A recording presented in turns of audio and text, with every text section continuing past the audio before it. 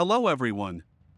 Welcome back to our Curiosity Lane channel, today where we delve into the past to find the most bizarre and fascinating historical details that the textbooks somehow managed to omit. Prepare to be astounded as we examine some astounding tales that you won't learn in school. Be ready to be in awe. Our first crazy historical fact takes us about. It's possible that Quintus Servilius Scipio was a subpar Roman general. Still, he was a very skilled thief. Rome of old was known for producing highly skilled generals. But not all commanders were worthy of the title, and Quintus Servilius Scipio was an incredibly irritating snob.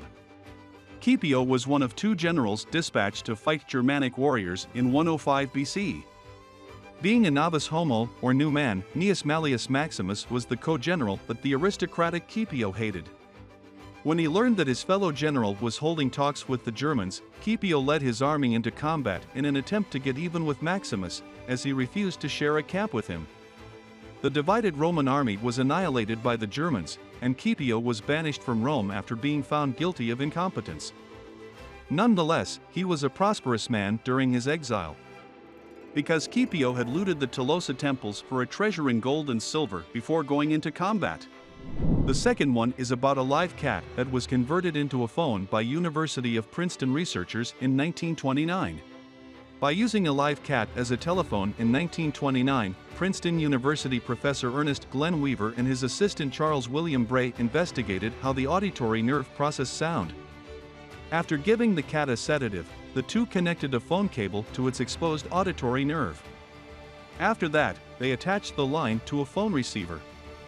Weaver, who was 50 feet away in a soundproof chamber, discovered he could hear what his partner was saying when Bray spoke through the cat's ears. Prestigious scientific careers were paved the way by the pair's experiments. The third one is about how ancient Egyptians don't seem to have used pillows to sleep. Egyptian sleeping habits don't seem to be covered much in classrooms, even though pyramids, mummies, and the Nile are popular subjects in Egyptian history. This is likely because it is assumed that Egyptian sleeping habits weren't all that different from our own. The 4,000-year-old linen pillow wrapped in wax has been found by researchers. Images and hieroglyphs indicate that the majority of Egyptians slept with their heads resting on uncomfortably large headrests. The headrests were constructed by the Egyptians out of wood, ivory, or even marble. They had a high base supporting a curving upper part. Headrest images, which are frequently engraved with the names of their owners, show no evidence of cushioning. The fourth one is about the world's earliest parliamentary system was established in 930 AD. The majority of people are trained to believe that the British Parliament is the oldest in the world and the mother of all parliaments. The oldest continuously functioning parliament in the world is, in reality, the Icelandic Alþingi.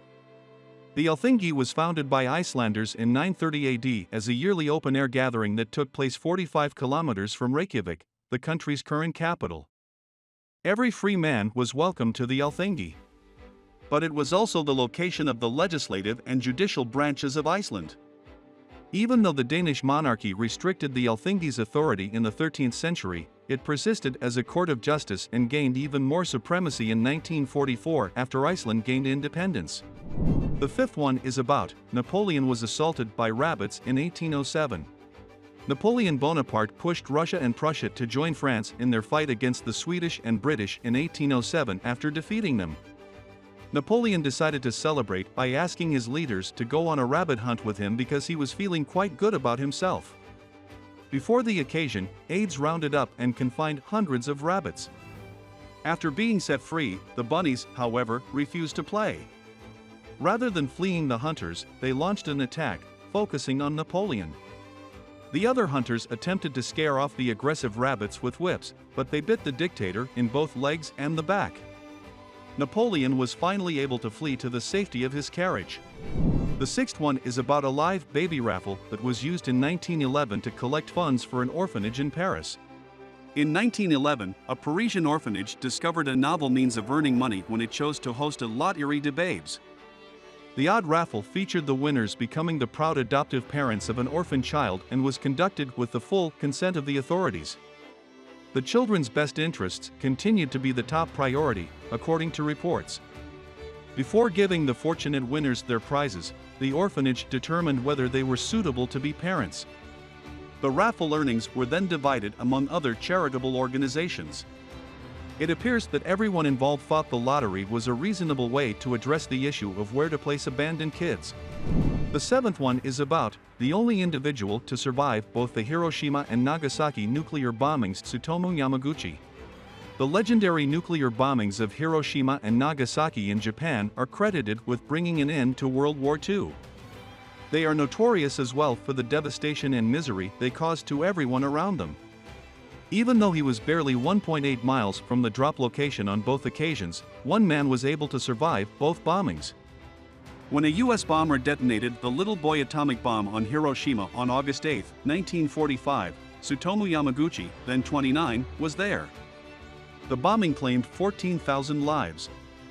After sustaining non-fatal burns to his upper torso, Yamaguchi left for Nagasaki 2 days later. The last one is about Empress Josephine's favorite companion, an orangutan.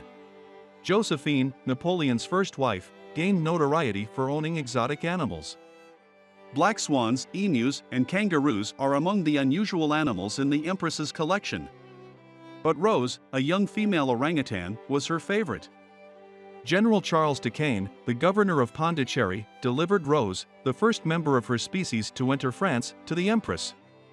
Rose was so well-behaved that she was frequently invited to dinner with Josephine, where she wore a white cotton chemise and immaculately ate her favorite turnips with a knife and fork. So much did Josephine love Rose that he frequently had orangutan sex with her and Napoleon. Rose did not fare well in captivity and died after only 5 months, despite their surroundings. And there you have it, fellow history enthusiasts, a whirlwind tour through some of history's most bizarre and untold tales. Our world's past is filled with events that defy explanation and often elude the pages of our textbooks. If you enjoyed this journey through the quirky side of history, don't forget to like, share, and subscribe. Thank you for watching.